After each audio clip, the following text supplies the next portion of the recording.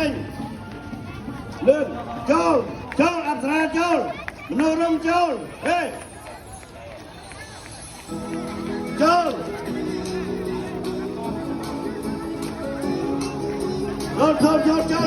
châu châu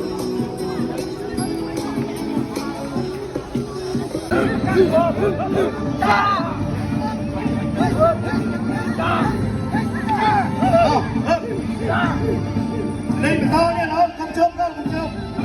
hà nó lên tiên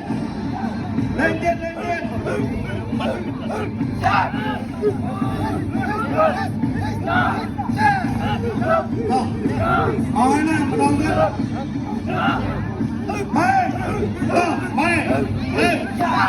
mày đây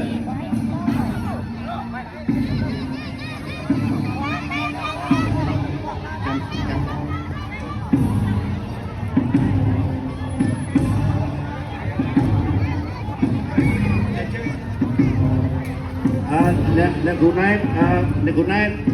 trên thôi để cô thi đâu cả là nó tranh lơ này chăm đâu để chơi này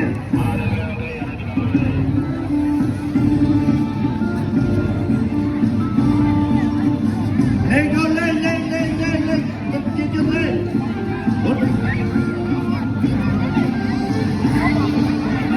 lên mày lên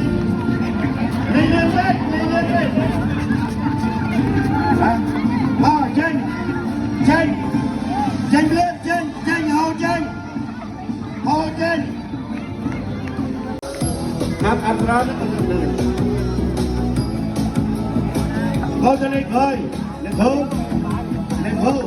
lên thu đi vào đâu cho làm bánh tục lại cái đi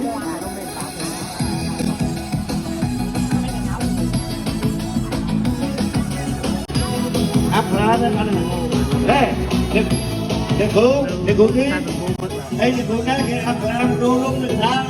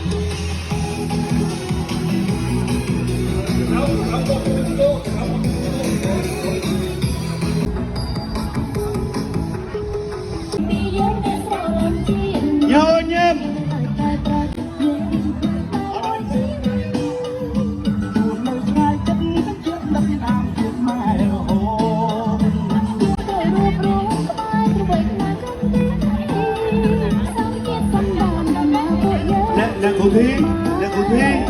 chấm vào đây lên ở chuột kia nó